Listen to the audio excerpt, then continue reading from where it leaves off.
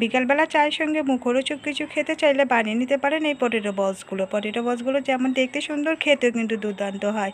আর চটজলদি বানিয়েও নেওয়া যায়। পটেটো বলস বানানোর জন্য আমি প্রথমে একটা পুর তৈরি করে নেব। তার জন্য গ্যাসে ফ্রাই প্যান বসিয়ে দিয়ে দিলাম একটু সর্ষের তেল। তেলটা গরম হয়ে গেছে, এখন এর মধ্যে দিয়ে দিলাম একটা মিডিয়াম সাইজের পেঁয়াজ কুচানো। পেঁয়াজটাকে একটু নাড়াচাড়া করে প্রথমে ভাজা করে নেব।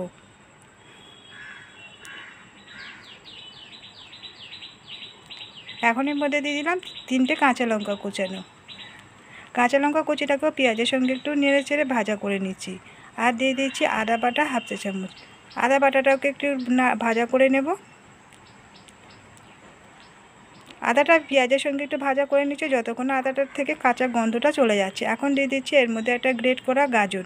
একটা বড় সাইজের গাজর আমি গ্রেট করে নিয়েছিলাম। এই গ্রেট করা গাজরটাকে দিয়ে দিচ্ছি, দিয়ে এটাকে খানিকক্ষণ নাড়াচাড়া করে করে নিচ্ছি, নেড়ে নেব। আর দিয়ে দিচ্ছি একটা বড় সাইজের আলুটাকে আমি সিদ্ধ করে এটাকে ম্যাশ করে রেখেছিলাম। এখন এই সিদ্ধ করে আলুটাকে গাজরের সঙ্গে দিয়ে দিচ্ছি, দিয়ে এখন খানিক করে এটাকে ভালো করে মিশিয়ে নিচ্ছি। এই গাজরটা যেহেতু খুব মিহি করে গ্রেট করা ছিল, সেই জন্য খুব বেশি সময় লাগবে না তৈরি হতে। এখন দিয়ে দিলাম এর মধ্যে স্বাদ মতো নুন, আর 1/4 টিস্পুন দিয়ে দিলাম হলুদের গুঁড়ো, আর দিয়ে দিলাম সামান্য একটু গরম মশলার গুঁড়ো। নুন, হলুদ আর গরম মশলার গুঁড়োটাকে দিয়ে খুব ভালো করে মিশিয়ে দিচ্ছি। আলু আর গাজরটাকে এখন খুব ভালো করে এর সঙ্গে মিশিয়ে দেব। আপনারা চাইলে এই সময় এখানে অন্য কিছু মশলাও অ্যাড করতে পারেন, যেমন ক্যাপসিকাম কুচিও দিতে পারেন। আর এখন দিয়ে দিচ্ছি কিছুটা ধনেপাতা কুচিটাকেও দিয়ে দিলাম, দিয়ে এখন ভালো করে সঙ্গে মিশিয়ে দিয়ে নামিয়ে নেব।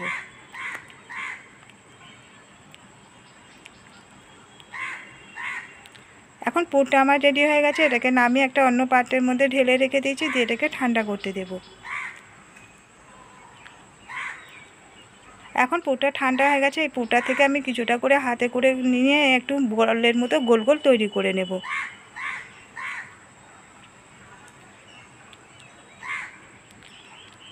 আর এই বলগুলো তৈরি করতে ধোয়াতে দরকার নেই, একটা হাত দিয়ে আমি তৈরি করে নিচ্ছি। এরকম অল্প করে নিয়ে এরকমভাবে বল তৈরি করে নেব।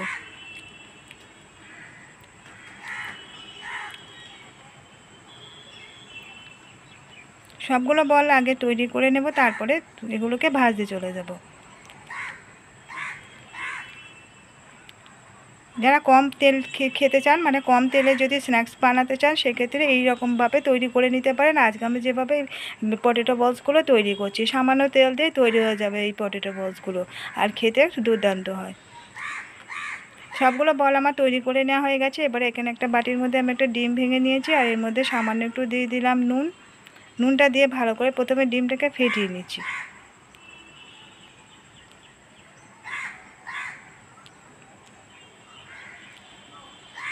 এখন দিয়ে দিচ্ছি এর মধ্যে ধনেপাতা কুচানো।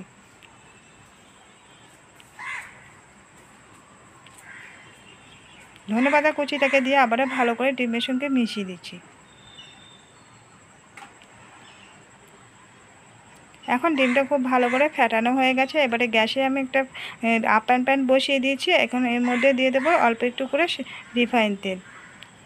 খুব বেশি লাগবে না, একদম সামান্য একটু করে রিফাইন তেল দিয়ে দেবো। আর আপ্যায়ন প্যানটাকে আগে আমি বসিয়ে দিয়েছিলাম, এটা একদম গ্যাসেরটা লোতে রাখা আছে। এখন একটা করে বল নিয়ে এই যে ডিমটাকে আমি তৈরি করে রেখেছিলাম, ফেটিয়ে রেখেছিলাম, এই ডিমের মধ্যে একটা বল প্রথমে ডুবিয়ে নিয়ে তারপরে চামচে করে তুলে এই প্যানের মধ্যে দিয়ে দিয়েছি।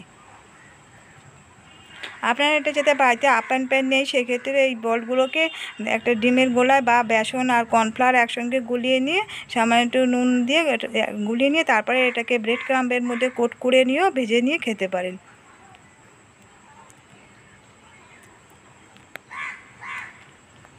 এখন যে অল্প একটু যে ডিমটা ছিল, ডিমের মিশ্রণটা, সেই ডিমের মিশ্রণগুলো আমি উপর থেকে দিয়ে দিচ্ছি বাকি ডিমটা। আমার এখানে একটা বড় সাইজের আলু দিয়ে 10টা মোট বল হয়েছে।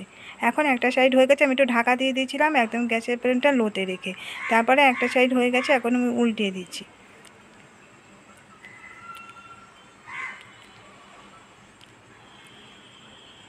একটা চামচের সাহায্যে এরকমভাবে উল্টিয়ে এবার অপোজিটটাকেও হতে দেব।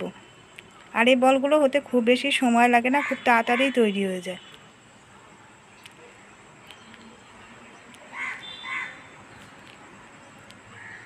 আপনারা সেম পদ্ধতিতে ডিম নিয়ে গুঁড়ায় ডুবিয়ে ভেজেও নিতে পারেন তেলের মধ্যে, কিংবা ওই যে কর্নফ্লাওয়ারে ডুবিয়ে বা ব্রেড ক্রাম্বের মধ্যে কোট করে নিয়েও খেতে পারেন। দুরকমভাবে খাওয়া যায়, সেক্ষেত্রে খেতে ভালো লাগবে। এরকমভাবে একটু ঘুরিয়ে ফিরিয়ে অন্য জায়গায় বলতে আর একটু তাপ বেশি লাগছে, মাঝখানটা একটু তাপটা বেশি লাগে, সেখানে করে করে দিয়ে দিয়ে সবগুলোকে ভালো করে ভেজে দেব।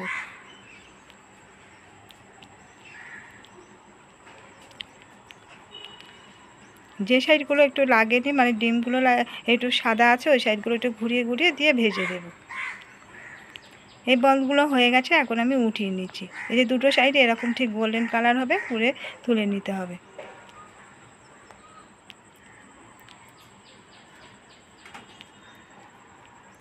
সবগুলো বল আমার তৈরি হয়ে গেছে, এখন আমি তুলে নিচ্ছি।